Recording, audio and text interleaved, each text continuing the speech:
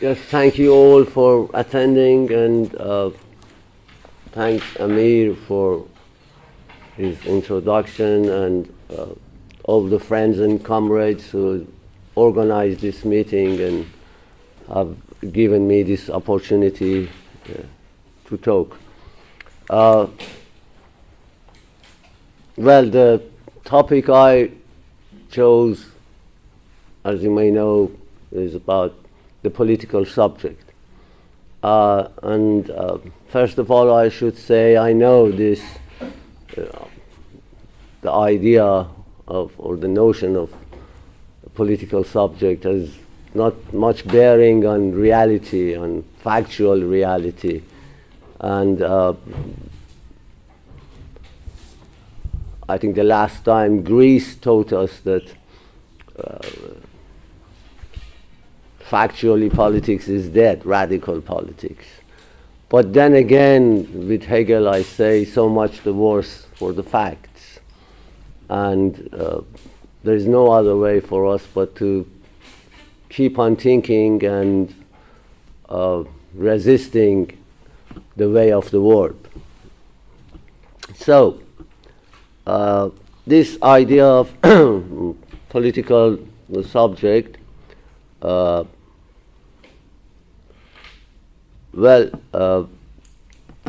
it's a philosophical idea, and there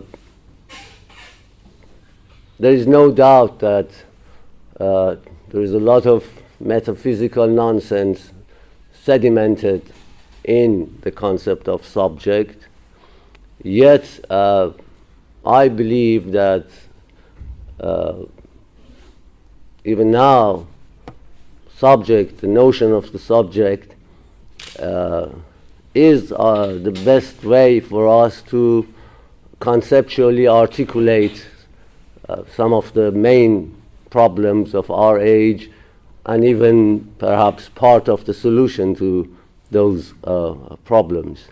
I'm not going to pontificate on the notion of subject. It's a very complex and many-sided notion, and I think the best way to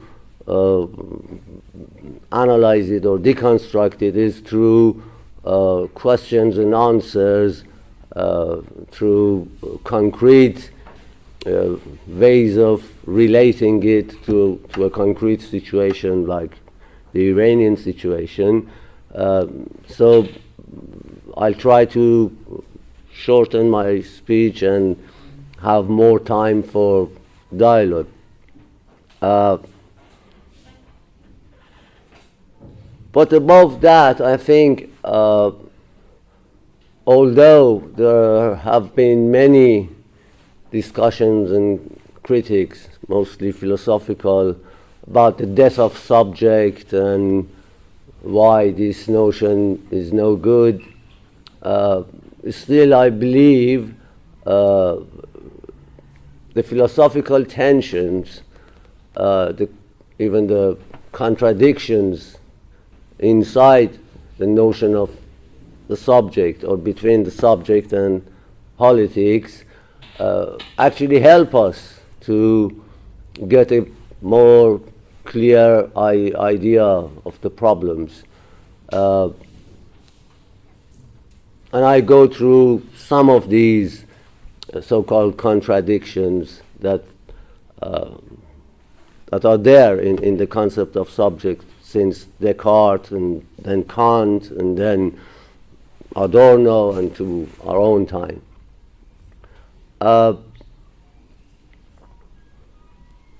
Perhaps if we should begin with a concrete example, one of these so-called contemporary problems. Nowadays, even liberal or neoliberal economists believe that the system needs some changing, some reforming. The most recent one, and perhaps the most famous, is the French guy, Piketty.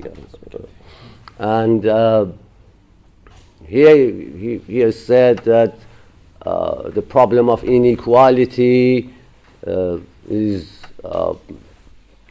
getting worse and worse, and we have to do something about it. And so he has written this book and proposed some reforms. But what has been the response of the system, of the global capital? Actually none, no response. It seems that, and they're right, because even the most liberal reforms right now, if they are going to be actualized, if they are going to be implemented, they require such a structural change that nothing short of a revolution can make it possible. So even to reform the system, it seems that we need a radical revolution. And, well, a radical revolution, a radical political change requires an agent. Someone should do it. And this is where the question of subject enters. Because I think that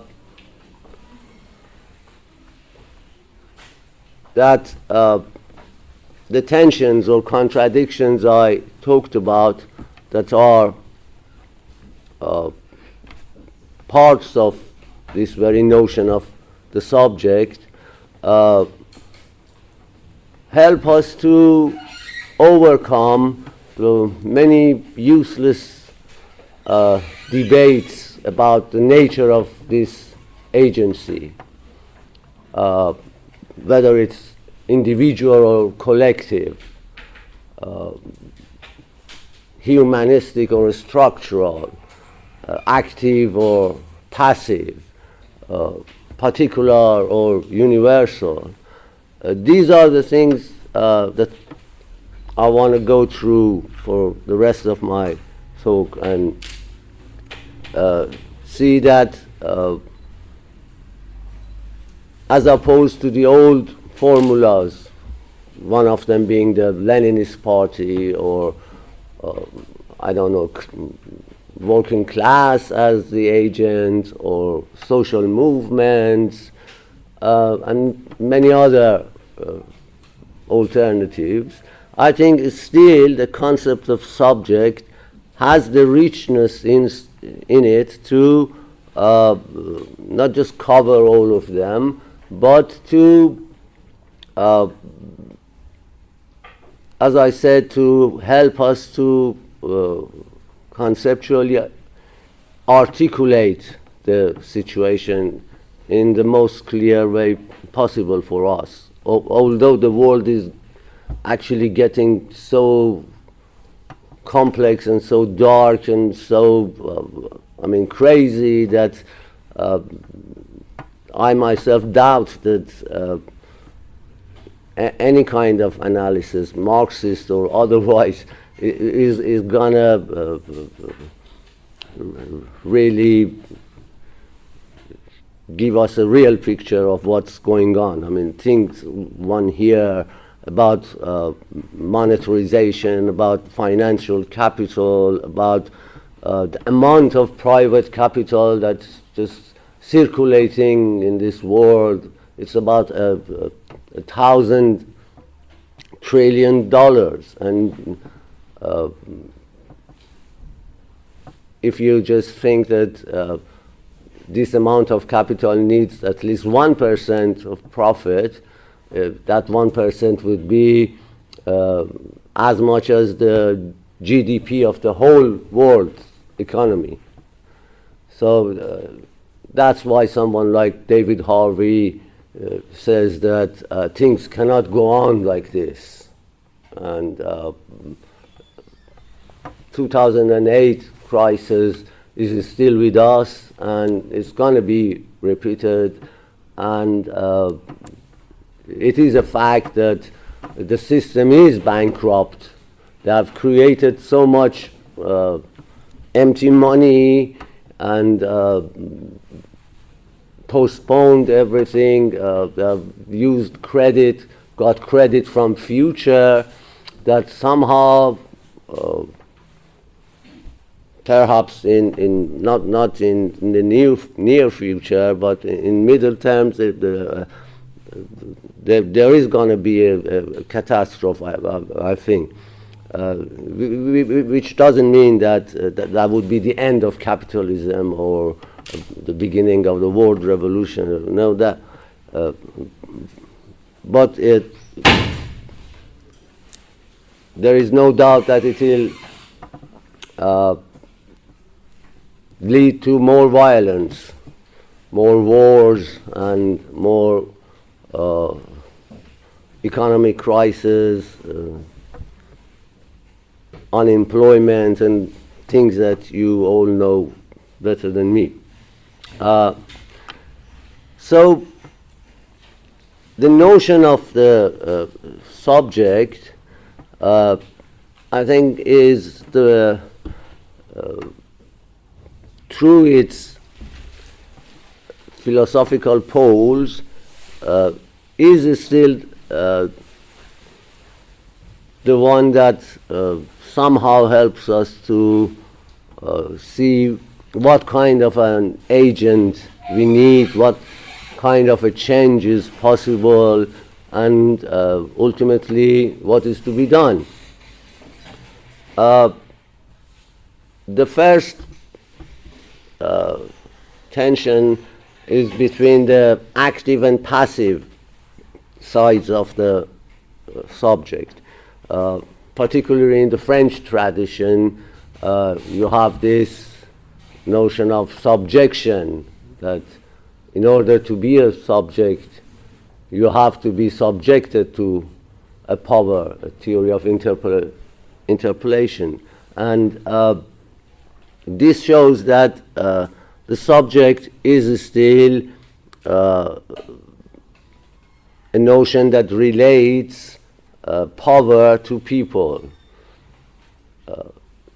empowerment of people to act, and also their passivity and their subjection to power, and a dialectic between actuality and potentiality.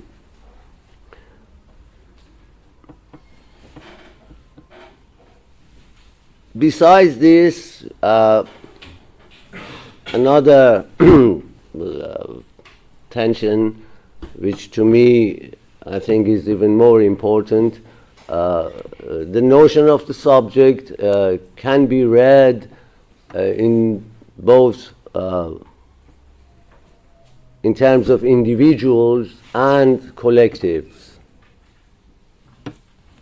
And this is one of the problems that every political movement or every radical politics is going to come across. And there has been lots of debates about whether we should talk about people or classes or movements, and lots of, I think, in some ways, useless debates, because you see, it depends on your background, on your experience, when you come across these words. I mean, for example, for Italians, the word people, because of their history, it reminds them of fascism, and they are very sensitive towards it. Whereas in Iran, people has always been opposed to the state, and have always been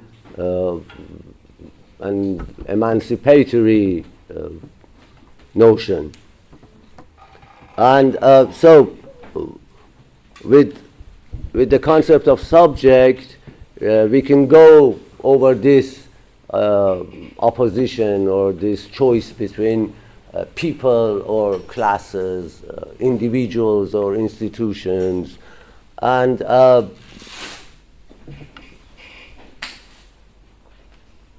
it helps us to arrange our conceptual thinking and relate it to particular situations. I mean,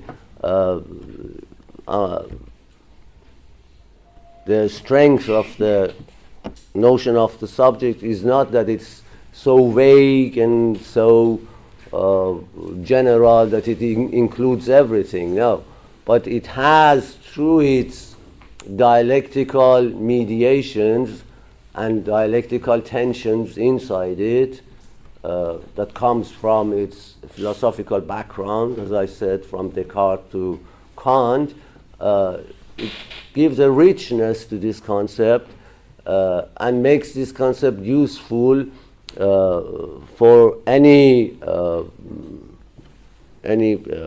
person or any organization that wants to relate it to concrete situations and wants to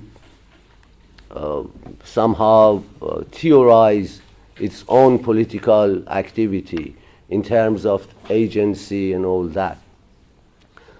And but perhaps the most important dimension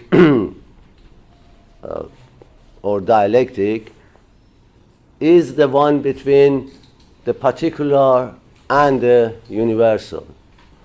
The political subject in itself is a combination that has both of them.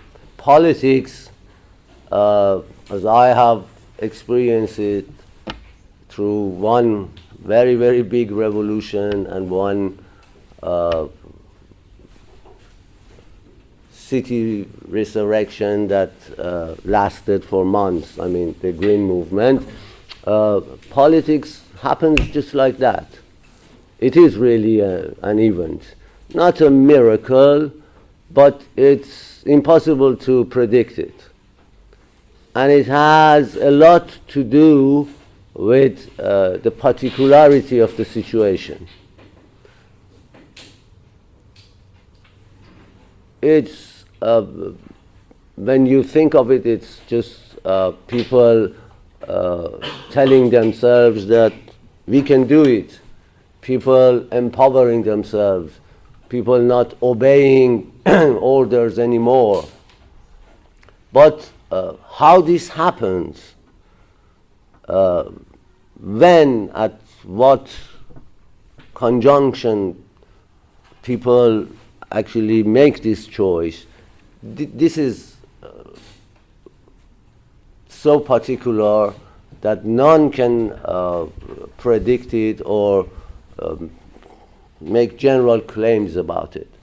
That's the really particular thing. That's what the particular origin of action and thinking, of radical emancipatory action and thinking. And it's related to the concept of politics. But also inside inside the very concept of subject, you also have this dimension of particularity, because every subject has a body, whether as an individual or a collective. And that body means belonging to a specific time and a space. It means a specific background, a specific history, and a particular identity. That's what actually makes the subject, the body of the subject. It's very particular and has its own way of living. But that's not enough. I mean, otherwise, if that was the whole story, then every individual or every collective would become a subject automatically. No, what is needed, and this is the important point, is that universal horizon. As Adorno says in Dialectic of Enlightenment, thinking is a dialectic between a particular origin and a universal horizon. Both of them must be present. Every thinking and every action, and in politics, thinking and action are the same, actually, needs to happen at a certain time and place, so it must be a particular thing. And yet, if it wants to be emancipatory, if it wants to have something to do with truth, with equality, and let's say it with communism, it must have this universal dimension, in the sense that everyone or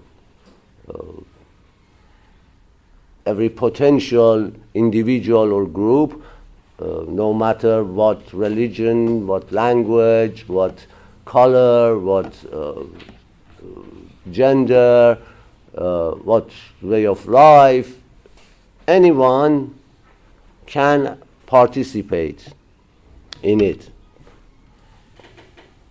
This is what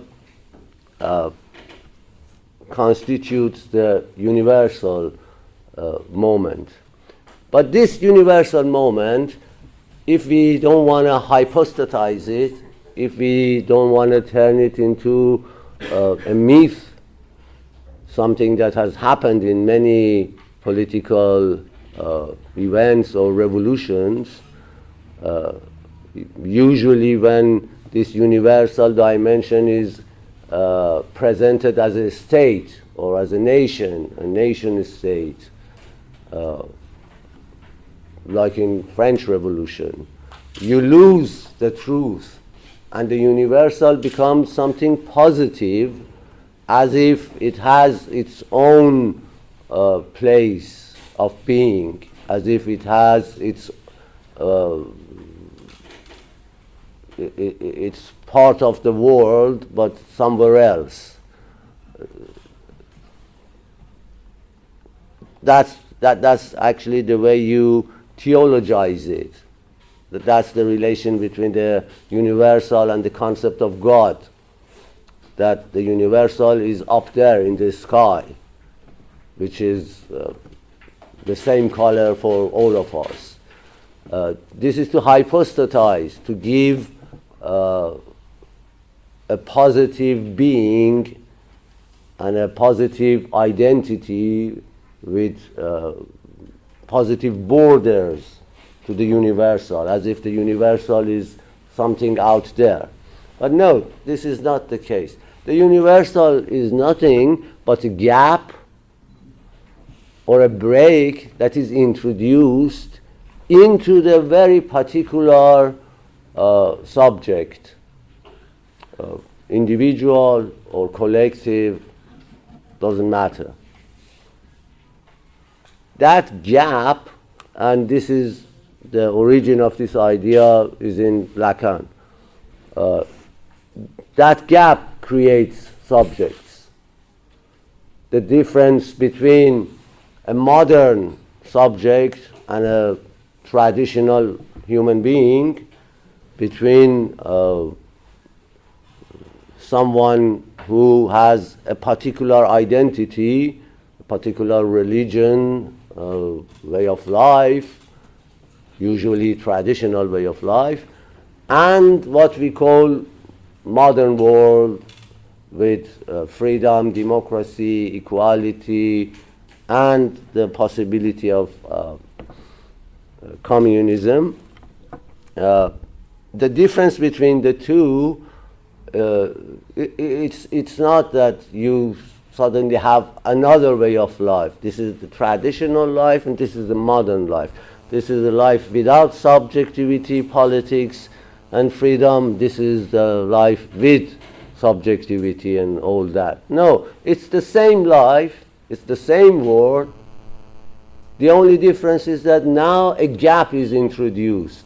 The traditional way of life is not totalized, it's not closed anymore. It has a hole in it. And through that hole, it opens into other worlds, other ways of life, other identities. And this is what I call the universal dimension. Becoming universal doesn't require you to change your life or go somewhere else or live in another way. No, it's just you live as you did before, but without that certainty, without that closed identity. Something like the Cartesian doubt enters. You might even have your faith in religion, but this is not a naive faith, a closed and totalized faith. No, it's a faith that now has a gap in it. And through that gap, this faith opens to other faiths, to other religions. And in this way, it becomes universal. And I think these two, this dialectic between the particular and the universal is the most important, philosophically speaking, the most important question facing anyone who wants to theorize about radical politics and understanding the world as it is and finding ways of changing it in the direction of communism or emancipation. And for that reason, the notion of the subject, for me, still saves its importance. And its philosophical heritage,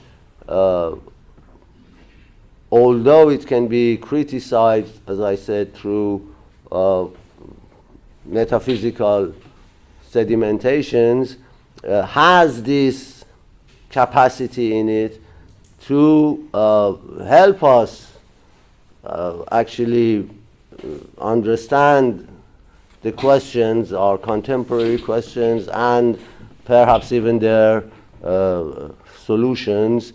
And as I said, because politics is a matter of chance, who knows? Although, as I said at the beginning, nowadays it's the opposite of facts, and it's the most unreal thing. Yet again,